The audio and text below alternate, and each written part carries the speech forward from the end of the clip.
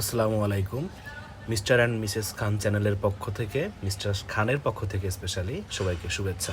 আসলাম আরেকটি user review নিয়ে, তবে এবার কোনো বাইক না, এবার একটি গ্যাজেট বলা যায়। এবার একটি হচ্ছে অরেবল একটা ওয়াচ, স্মার্ট ওয়াচ যেটাকে আমরা বলতে পারি।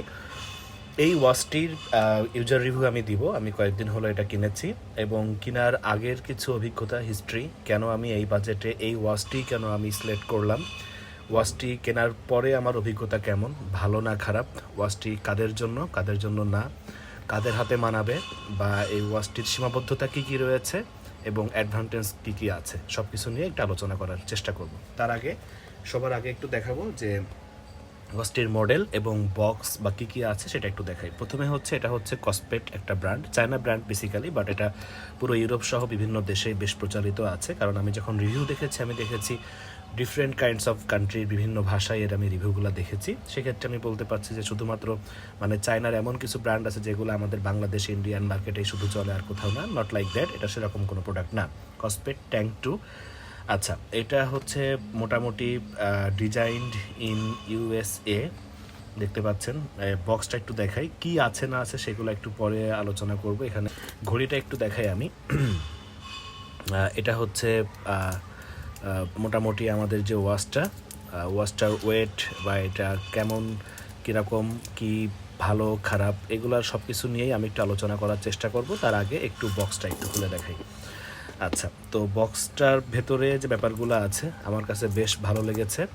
যেহেতু মিলিটারি গ্রেড স্ট্যান্ডার্ড বলছে, তার মানে সব ধরনের যে কঠিন পরিবেশগুলো রয়েছে, ঘড়ি নিয়ে আমরা যেখানে যেতে পারি না কেন, হ্যাঁ, সেটা হতে পারে খুব হিট হতে পারে, কিংবা পড়ে যাওয়া যে শক হতে পারে, কিংবা খুব ঠান্ডা লো টেম্পারেচার, কিংবা অত্যন্ত বেশি পরিমাণে গরম পড়ছে হাই টেম্পারেচার, হ্যাঁ, কিংবা খুব শেকি হচ্ছে ভাইব্রেশন, কিংবা বৃষ্টি, ঠিক আছে, কিংবা ফাঙ্গাস বা ছত্রাক পড়ছে কিনা, কিংবা সল্ট স্প্রে অর্থাৎ লবণাক্ত হয়ে নষ্ট হচ্ছে কিনা, এরকম সবগুলাই কিন্তু এটা টেস্ট করা হয়েছে। এবার আমরা দেখি একটু বক্সের মধ্যে কী কী ছিল। আচ্ছা, প্রথমে একটু বলি, যেহেতু এটা আমি ইউজার রিভিউ দিচ্ছি, বক্সটা আমার আগেই খোলা। এইখানে হচ্ছে ঘড়িটা ছিল এবং এই ঘড়ির নিচেই হচ্ছে এই চার্জারটা ছিল। আমি আবার বলছি যে ঘড়ির বাজেট অনুসারে কি ভালো লেগেছে, কি ভালো লাগেনি, আমি সব কিছু নিয়ে একটু আলোচনা করার চেষ্টা করব। প্রথমে একটু বক্সটা খুলি। বক্সের মধ্যে কয়েকটা জিনিস আমার খুব ভালো লেগেছে। সেটা হচ্ছে এই ঘড়িটা ইউজ করতে গিয়ে কী কী দরকার না দরকার সব কিছুই কেমন যেন এখানে দিয়ে দেওয়া হয়েছে। যেমন একটা সিলিকন স্ট্রাপ দেওয়া হয়েছে। স্ট্রাপটা আমার কাছে যথেষ্ট পরিমাণে বেশ ভালোই লাগছে, সফট লাগছে, হ্যাঁ, মনে হচ্ছে ইজি এবং প্রিমিয়াম একটা যে কোয়ালিটি, সে ব্যাপারটা কিন্তু এটার মধ্যে আছে। আচ্ছা, এই জিনিসটা খুবই ইন্টারেস্টিং। এটা হচ্ছে আপনার বেসিক্যালি ঘড়ির যে চেইনটা রয়েছে, এই চেইনটাকে কম বেশি করার জন্য আমি এর মধ্যে দেখেছি, যদি আমার এক্সট্রা লাগে তার জন্য আমার হচ্ছে এক্সট্রা এখানে চেন দিয়ে দেওয়া হয়েছে 3 ঘাট, এবং এক্সট্রা কিন্তু 2টা পিনও দিয়ে দেওয়া আছে আর কি, হ্যাঁ, 2টা পিন দেওয়া আছে এবং এটা দিয়ে সেটা কম বেশি করা যাবে। আচ্ছা, এই ব্যাপারটাও খুব ভালো। এটা হচ্ছে চেন, যে আমার এখানে যে হুকটা আর কি, এক্সট্রা কিছু হুক দিয়ে দেওয়া হয়েছে। চার্জার ছিল। আচ্ছা, ইউজার ম্যানুয়ালটা এখানে আছে, বেশ ভালোই বড় একটা বই দেখছি, কালারফুল। বইটা দেখে আমার কাছে মনে হলো যে খুব এক্সপ্লেনেশনের সঙ্গে স্টেপ টু স্টেপ, হ্যাঁ, ইংলিশ এবং আরবি 2টা ভাষাতে বোঝানোর চেষ্টা করা হয়েছে। আচ্ছা, আর একটা হচ্ছে, আর একটা জিনিস এটার মধ্যে ছিল যেটা আমি অলরেডি এটাতে লাগিয়েছি, সেটা হচ্ছে এর সাথেই কিন্তু একটা উপরে যে একটা গ্লাস কাভার, হ্যাঁ, ডিসপ্লের যেটা গ্লাস কাভার, এই গ্লাস কাভারটা কিন্তু দেওয়া ছিল, যেটা আমি অলরেডি এখানে পেস্ট করেছি আর কি, লাগিয়েছি। আচ্ছা, এই তো গেল ব্যাপার মোটামুটি। এখন আমি এইগুলো একটু এক পাশে রাখি, আমি প্রয়োজনে এটাও আমি লাগিয়ে দেখাবো, হ্যাঁ, এগুলো একটু এক পাশে রেখে এবার আমি একটু আসি যে এই ঘড়িটার ব্যাপারে। প্রথমে আমি একটু আপনাদের সঙ্গে আমার, যেহেতু আমি বলছি যেটা কিন্তু একটা ইউজার রিভিউ, আমি কেন নিলাম, কি এক্সপিরিয়েন্স, সেগুলো একটু বলি।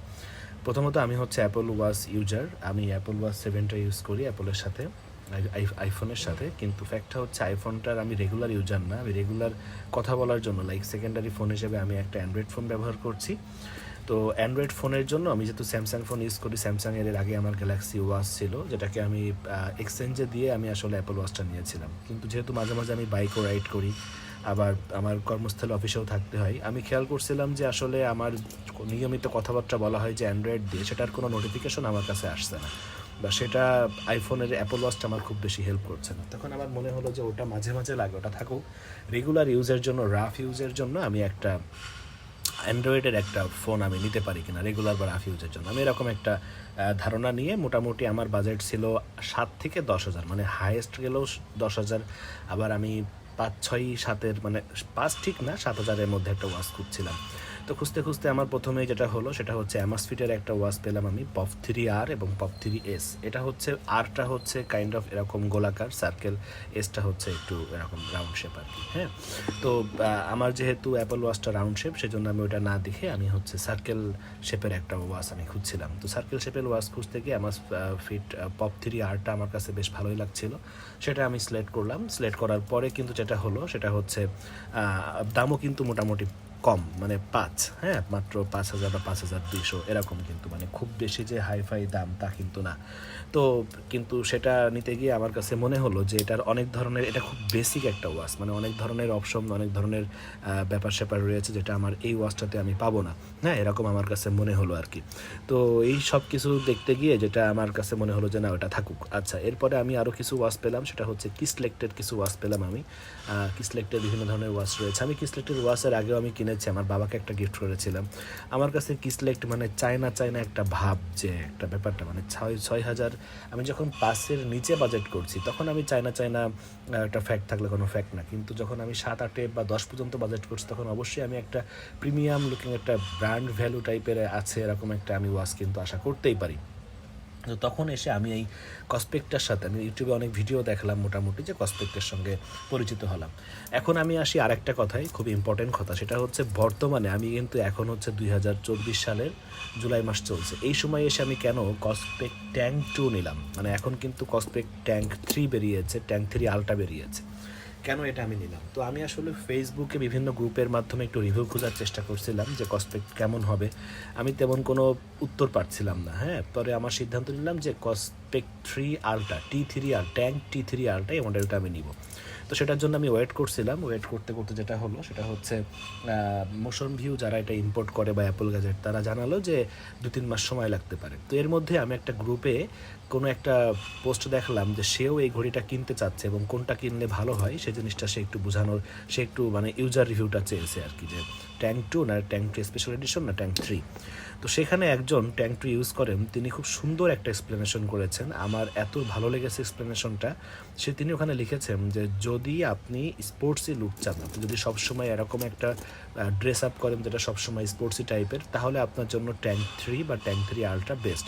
কিন্তু যদি আপনি এরকম মানে সব ধরনের আউটফিটের সঙ্গে আপনি মানানসই চান, সেটা হতে পারে ক্যাজুয়াল বা একটু ফর্মাল বা একটু সেমি ফর্মাল, সব ধরনের ড্রেসের সাথেই কিন্তু এই ট্যাঙ্ক 2 বা ট্যাঙ্ক 2 স্পেশাল এডিশন এটা যাবে। কেন যাবে আমি একটু বলি।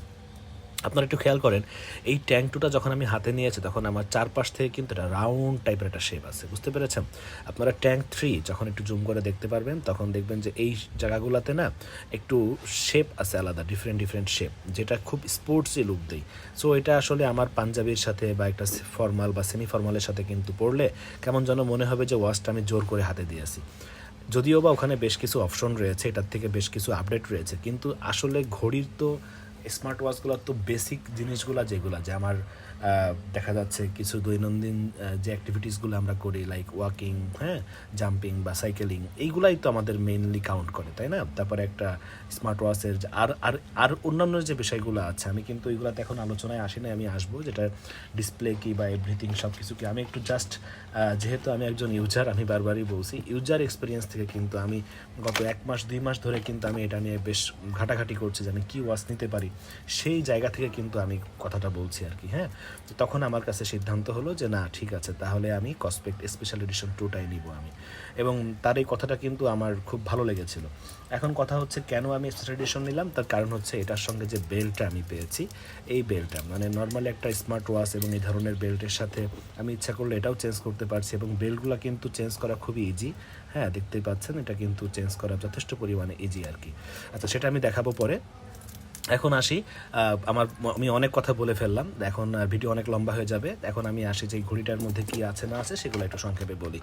আচ্ছা, প্রথমত হচ্ছে এটার মধ্যে যেটা আছে tank 2 touch glass, Corning gorilla glass এটার মধ্যে কিন্তু রয়ে গেছে। আচ্ছা, স্টাফটা মেটেরিয়ালস হচ্ছে প্রথমত একটা স্টেইনলেস স্টিল, যেটা আপনারা দেখলেন, এবং আরেকটা আছে সিলিকন। আচ্ছা, 70 স্পোর্টস মুডস আছে এবং স্মার্ট ইরিগেশন 6। তার মানে হচ্ছে স্পোর্টস মুডস আছে মোট 70টা, কিন্তু অটোমেটিক রিকগনিশন করে 6টা। হ্যাঁ, আমি আপনাদের সঙ্গে একটা জিনিস একটু বলি, সেটা হচ্ছে আমি যখন অ্যাপল ওয়াচটা পরে, যখন অ্যাপল ওয়াচ 7 আমি ইউজ করছি, যখন আমি বাইক রাইড করি, বাইক রাইড করার মোটামুটি 5 থেকে 10 মিনিটের মধ্যে আমার কাছে নোটিফিকেশন আসে যে are you cycling, are you moving, এরকম। তো অনেক সময় কিন্তু অ্যাপল রাইডও ভুল করে, মানে অ্যাপল ওয়াচও কিন্তু আমাকে কাইন্ড অফ, আমি যে সাইকেলিং করছি এটা না বলে, মানে আর ইউ ওয়াকিং বা আর ইউ রানিং, এরকম কথা কিন্তু আসে। এই ওয়াচটাতে আমার একটা জিনিস খুব ইন্টারেস্টিং লাগছে, যে সেটা হচ্ছে আমি যখন বাইক রাইড করছি তখন কিন্তু 2 থেকে 3 মিনিটের মধ্যে একটা বারবার আসছে, সেটা হচ্ছে আর ইউ সাইকেলিং, ঠিক আছে, কনফার্ম নাকি কনফার্ম না, এরকম একটা নোটিফিকেশন আসছে আমার কাছে এবং ভাইব্রেট হচ্ছে। তো আমার কাছে খুব ভালো লাগলো যে অ্যাপল ওয়াচ মাঝে মাঝে কিন্তু আমার এটা সাইকেলিং না বলে মাঝে মাঝে ওয়াকিং বলে বা রানিং বলে। হ্যাঁ, কিন্তু এ কিন্তু 2-3বার আমার কাছে রিকভারি আসছে নোটিফিকেশন, প্রত্যেকবার বলছে সাইকেলিং, দিস ইজ গুড। ওকে, আচ্ছা, তো এরকম মোট 6টা রিকগনাইজ করতে পারবে, 6টা স্পোর্টস, যেরকম ওয়াকিং, রানিং, সাইকেলিং, এগুলো অটোমেটিক। ওকে, বিটি কলিং, এর মানে হচ্ছে কলিং আছে এটার মাধ্যমে সরাসরি কথা বলা যাবে। আচ্ছা, এরপর আরেকটা আছে হচ্ছে ডিসপ্লে হচ্ছে 1.43 অলওয়েজ অন অ্যামোলেড ডিসপ্লে, এটা হচ্ছে 1.43। ট্যাঙ্ক 3 বা ট্যাঙ্ক 3 আলটাও, সেটাও কিন্তু 1.43 ডিসপ্লে, যদিও বা খুব সম্ভবত পিক্সেল এটাই 466x466, ওটাই হয়তো বা একটু বেশি আছে। আচ্ছা, আরেকটা কথা হচ্ছে, আর সবগুলো তো মোটামুটি নর্মাল, এবং এটা iOS এবং হচ্ছে অ্যান্ড্রয়েড দুটোতেই সাপোর্ট করবে। আরেকটা ফ্যাক্ট আছে, সেটা হচ্ছে ব্যাটারি খুব সম্ভবত, আমি এখানে ঠিক দেখতে পাচ্ছি না, ব্যাটারি খুব সম্ভবত এটা 480 বা 400 সামথিং, কিন্তু tank 3 special edition, tank three যেটা, ট্যাঙ্ক 3-তে হচ্ছে 500, বা ট্যাঙ্ক 3 আলটাতে কিন্তু আবার 470 বা 80 এরকম। আচ্ছা, যাই হোক, তো আমি এটা ইউজ করে ব্যাটারি কীরকম পাচ্ছি সেটাও আমি বলবো। তার আগে আমি একটু অপশনগুলো দেখাই। ফ্যাক্টটা হচ্ছে এই ঘড়ির কিছু সীমাবদ্ধতা আছে, সেটা আমি একটু বলবো। সেটা হচ্ছে আমি ডাবল টাচ করে কিন্তু এটা অন করতে পারি না। হ্যাঁ হ্যাঁ, আমার হাতে যখন আছে, আমি যখন হাতে দিচ্ছি, এখানেও যে খুব বেশি ফাস্ট তা না, বাট এই দাম অনুসারে আমি বলবো যেটা খারাপ না। আমি যখন হাতে যখন আছে, আমি যখন রেস করলাম, একটু সময় নিচ্ছে। আমি একবার দেখাই, এবার মিস হলো, এবারও মিস, আমার মনে হয় আর একবার, হ্যাঁ আসছে, আর একবার, ওকে, এবার মিস, অ্যান্ড আর একবার, okay. So this is it. একটু স্লো কাজ করে, বাট এটা যে খুব বেশি মানে চলার মতো না তা কিন্তু না। আচ্ছা, আরেকটু আসি, সেটা হচ্ছে উপর দিক থেকে যখন আমি এলাম, এটা হচ্ছে এই অপশনটা দিলে আমার কলিং অপশনটা চালু থাকছে না থাকছে সেই ব্যাপারটা।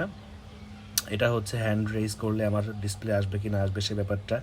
আচ্ছা, ডিসপ্লের লাইটটা একটু দেখাই। লাইট কিন্তু এখন আমার 50% দেওয়া আছে, যদি আমি ফুল দিই তাহলে কিন্তু অনেক, মানে হিউজ লাইট হয়ে গেল, যেটা আসলে একটু চোখে লাগার মতো।